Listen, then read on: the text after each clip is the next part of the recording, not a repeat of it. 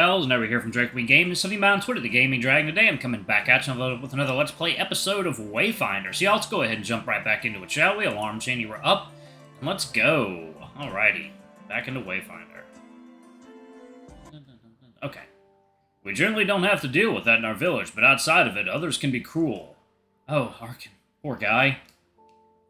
My ancestors have eased up on ostracizing Arkin's line through the years, though mostly they simply have done so because they feel it is beneath them. I myself feel the entire thing is petty on our end. More than that, nobody should be blamed for happenstance, and it would appear I was right. From the sounds of it, I would say Skull and Haiti have been enslaved or captured by the Aesir. That may explain their anguished howls so long ago. I prod him with my elbow. Aren't you saying the other day something about hoping that vessel Wolf failed out before the trial? Geralt suddenly looks embarrassed and laughs nervously as Arkin studies his face. If I am honest, that was not meant as an insult. Arkin is known to my family as a pretty active and diligent person. Even I hear tales of his deeds to help his village from my tower. I was hoping I would not have the competition, although now I'm glad he's here.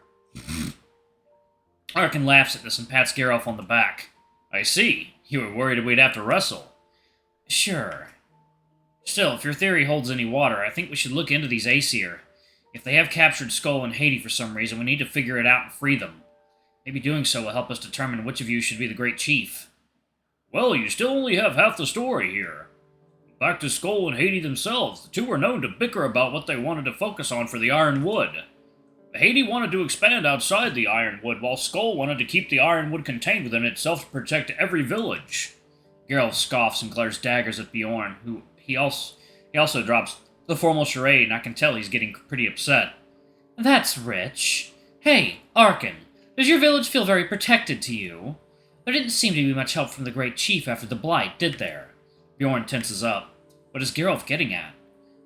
Ideally, the Great Chief would focus on both of these desires. I know things aren't so great everywhere, but when I'm Great Chief, I intend to pull the wolves back from the expedition and protect the villages, using funds properly and ensuring...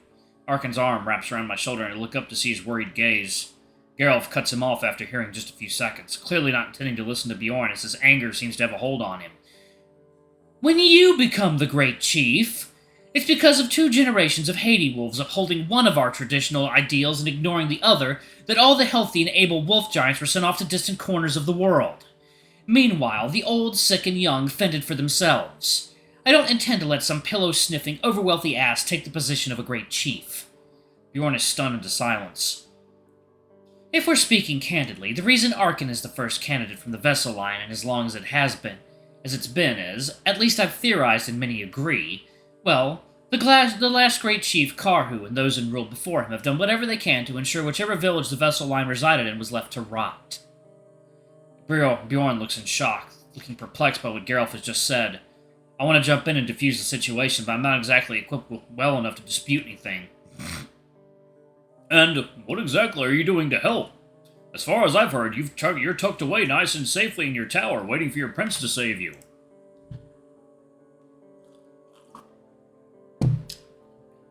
Alrighty. The argument between them continues on as I'm forced to watch them bicker back and forth, an insult here and a near threat there. Am I in over my head here? Can I really help these wolf giants? Will you both please settle down? This isn't the time and place to fight. You're upsetting... You ought to be happy someone's standing up to these Haiti bastards for you, Arkin. If it goes on much longer, you'll hardly have a village to protect at all. Biorn stops himself from saying what he was about to say and looks at Arkin in surprise. What is that? What does he mean, Arkin? Arkin looks taken aback and then goes quiet as a somber look overtakes him. Villages like Arkin's were left to rot because there weren't any healthy or able-bodied adults to join the expedition in the first place. Your thrice-damned uncle was only sending recovery to villages that could offer at least a few. It's quite frankly a miracle anyone of Arkin's stature has grown from the festering villages left in Karhu's wake. Arkin looks away and I reach up to comfort him. Poor guy. I'm the only wolf from my village who was picked as a candidate. All the other wolves are much too old or have children to care for. Most of our sick have already... He doesn't need to finish the sentence. I run my hand up his shoulder and pat his back. What a miserable thing to know. To have to live with, knowing you can help the feeling, and feeling hesitant to, still after hearing this. If I can help these wolf giants in any way, shouldn't I? Why am I so scared and hesitant to try? Is it because I think I'll fail? Can I really make things much worse than they are? Geralt joins me in comforting Arkin and stares daggers at Biorn again. We'll have to stick together, friend. As skull wolves. Haiti wolves just can't change. Bjorn's ears fall back and he walks away, but not before giving Arkin one last look. That look in his eyes. It's one I know well. The look of guilt. Not like being caught red-handed, but more like self-blame. The look of a man who is powerless to stop the worst of all things, but still hopes he can help. Hope which is shattered when it is not enough. It's one I've worn many times. But right now, it's the one I needed to see to spur me into action. Biorn is walking around a bend in the walkway out of sight. I look at Geralt and practically growl. You're acting like such an asshole! The silver-maned wolf looks to me in confusion, then folds his arms across his chest, which he is puffing out defiantly. I am the asshole! Were you not listening to that pompous, spoiled brat? The nerve! I laugh at his audacity. You were the one who wasn't listening! If you had, you might have heard him practically agreeing with you on some points. Why were you even arguing in the first place? He looks even more confused now, unfolding his arms a bit and turning his head away.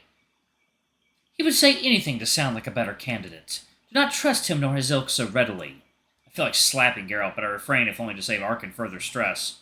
Bjorn said he felt there was too much expansion of the Wolf Giant's territories and not enough of a focus on protection. He said earlier to me that the wealth is supposed to be used to help the villages, and he wants to ensure it is used that way. He might not be able to trust words, but I can trust his feelings, his intentions. I know what he says is genuine. Right. A regular empath now, aren't you?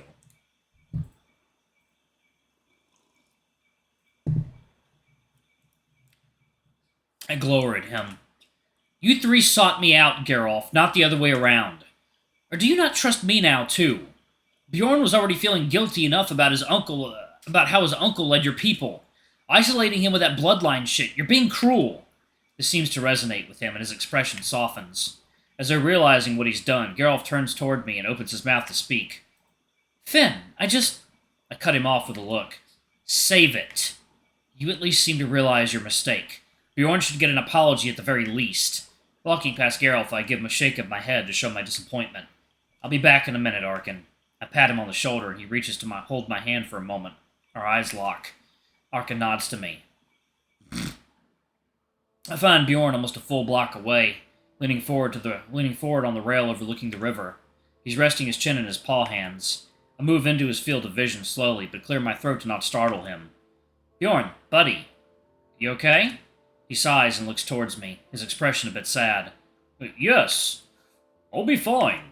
Just a little stung, and honestly, the alcohol I had earlier didn't do as much to ease my nerves as I'd like.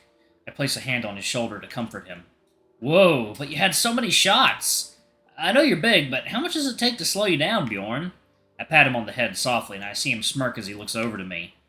I'm not just a behemoth, Fynn. It takes a lot to stop me when I get started. Biorn winks at me, and I blush. Is he implying... No. Couldn't be. He walks across the walkway to a bench resting just in front of a brick wall that looks like it's still being built. Patting the seat next to him, Biorn signals for me to join him. I smile and sit next to him on the bench. We watch the river for a few moments. I can feel people, or someone, watching. Doesn't matter now, though. Fuck them. Biorn, are you sure you're okay? I'm here if you need to talk, you know that, right? Biorn smiles at me and nods. I'm okay, I promise. Thank you, Fynn. I lean in and nudge my shoulder against him, and he looks down at me, smiling. Cold? I left my coat at the bar, and I remember you were shivering earlier. That could be warmer, but being next to you is helping a lot. He smiles, and his arm lifts over my head as he wraps it around me.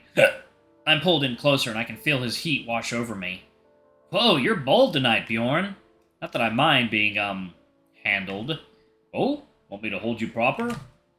1 second, y'all. It is now water time. Alright, guys and gals, and we are back. Let's go ahead and jump back into it, shall we? Okay. He smiles and our eyes lock, lingering there. But something is wrong. Something wants to kill you. I furrow my brow and pull away a bit. Oh, I should have suggested that so fast, should I? No, it's not Biorn. I instinctively reach next to me, placing a hand on a brick on the partially built wall. Biorn looks confused and a bit shocked at first, then his ears twitch and he looks the other way. I hear him growl and move, his arm pinning me back as I turn. No, you don't! Damn. In a flash, some shadowy figure is upon us, wielding a large dagger and striking toward me, though Biorn stops it with his own arm. He's not just taking it outright, though. Some glowing shape emanates from his forearm. It looks like a bear claw. The figure looks like it's trying to readjust its to strike again, and I rear my hand back. I throw the brick I was holding at the figure's hand, striking it directly. There's a blunt pain sound as the figure drops the dagger and backs away. Biorn growls and follows up with a standing kick like an action hero breaking down a door. The figure flies back, smacking into the rail. In less than a second, a flash of green strikes the shape, launching it over the rail. A golden javelin strikes the rail just as the figure catches it, loosening its grip and sending it twirling into the water below. I turn to Biorn. Shit, are you okay? You took that dagger to your arm! Biorn tilts an ear and nods. Just a scratch, nothing some minor healing won't fix. He's holding his arm and blood is trickling through the gaps of his fingers. I look around, about to call for Arkin and Geralt, but they're upon us in seconds. Fynn, Biorn, are you both alright? We heard Biorn shout. He pushed that shadowy thing into the river. Is that some kind of mugger, or... I know the truth, I just don't want to admit it. Arkin doesn't hold any punches. That's probably the killer your mom warned us about.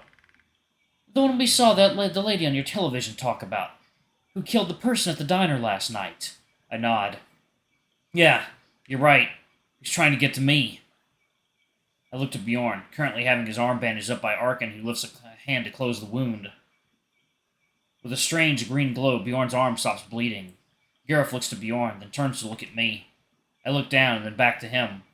Go on, if you're ready. Geralt nods. He approaches Biorn, who cautiously addresses the silver-furred wolf. Oh, you're here. What is it? Geralt shuffles anxiously, and I can see his tail pointing straight down. Biorn, I came to apologize. He looks at Biorn and then to me, and back to Biorn. You put your life on the line to protect Fynn. Biorn, I was so wrong about you. I'm so deeply sorry for what I said. Geralt rubs one arm and looks down, then back to Biorn. While I may not hold your family in the highest regard, I shouldn't judge your character based on their actions. I should get to know you, and I would like to. If you'll give me the chance. I realize Geralt's eased up on the formal speech and has let himself appear vulnerable to Biorn. The bespectacled wolf seems to ponder Geralt's apology for a moment, then smiles. Well, I won't say I can blame you, or anyone for that matter. Alright, I'm gonna go ahead and pause it right there, y'all. Thank y'all so much for watching. Don't forget to like, comment, subscribe, ring that notification bell, and check out our Patreon and YouTube memberships if you can. It always helps. Anyway, I love you all, and I'll see y'all in the next video. Bye-bye!